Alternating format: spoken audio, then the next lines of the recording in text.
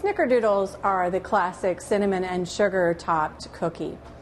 I'm Karen Lasher with Around the Table in Camas, Washington, and I'm going to show you how to make Snickerdoodles. First, we're going to start with a cup of butter and 1.5 cups sugar. Whenever you use butter in baking, you always want to use unsalted butter. You never know about the sodium content. It varies from type of butter. You want to be able to add it yourself. So I have already creamed the butter here. And what you want to do is add your butter, and it should be soft. It should be soft to the touch, but not you shouldn't be able to completely squish it. It should still have some firmness to it. So I'm just going to cream that a little bit longer, and it just gets nice and blended. And then we're going to add 2 eggs. Eggs, when you're baking, should always be at room temperature. So before you start to bake, pull out your butter, pull out to soften, pull out your eggs to come to room temperature. So we've added our eggs, and we're just going to mix that a little bit more so that combines well. You want to run it until it really, you get it to, it's combined into a nice, you can see it's all mixed together well. Now before we move forward, I'm going to scrape down the side of my bowl. Now here I'm using a mixer for this task, and I would recommend that whenever whenever you are making a recipe that involves creaming butter and sugar, a mixer really is the best task. You can use a handheld mixer, will work quite fine, and you could do it by hand, although it will be quite a workout. So if you're in for a workout, you can do that as well. Then we're going to take, in this bowl, I have added all my dry ingredients. I've got flour, baking soda, cream of tartar, and a little bit of salt. Make sure that you mix this well together before you add it to your wet ingredients. So this is all mixed, and then we're just going to add it to the bowl here.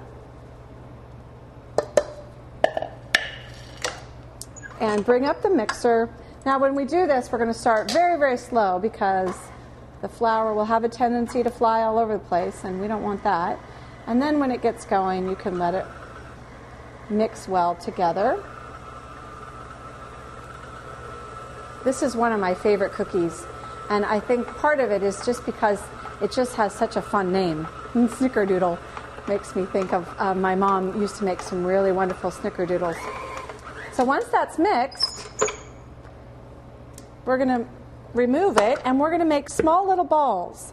Try to get all of your dough. You don't want any dough left on your beater because that doesn't make any cookie.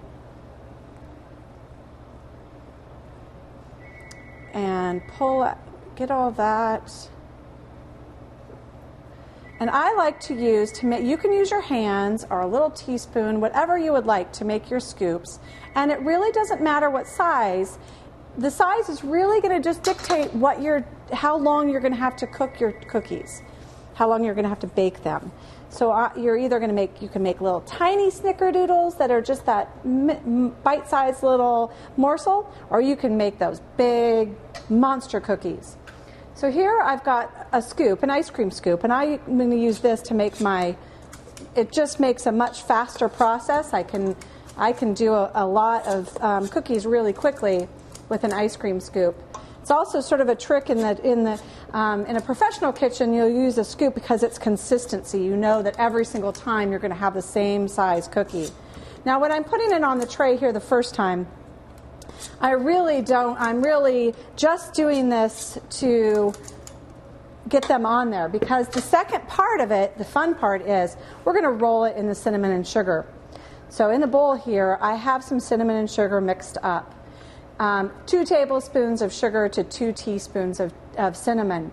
At my house, I just keep a big container filled in the cupboard with cinnamon and sugar. So we can sprinkle it on toast, and it's always ready.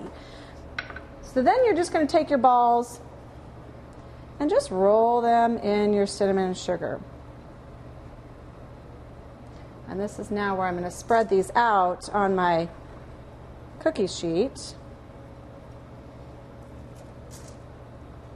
These are going to be big, wonderful, good-sized cookies.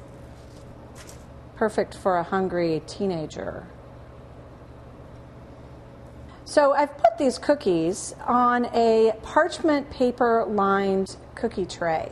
Now, parchment paper you can find in any grocery store, and it's a great thing to have to make baking easy, and for a lot of different things. You can also just use a regular cookie sheet that doesn't have the parchment on it and just have an ungreased cookie sheet. We're going to bake these at 375. These are a little bit larger cookies, so they're going to bake for about 10 to 12 minutes. The recipe would make 2 dozen normal, regular size cookies. It's not going to quite make 2 dozen of this size. So again, 375. Always check your cookies a little bit sooner than what it calls for, because you don't want to overbake them. You always can add more time. All right, so here are our Snickerdoodles that have come out of the oven. And they're nice and brown on the bottom and wonderful, but still, you can tell they still are wonderfully soft on the inside. Going to be wonderful.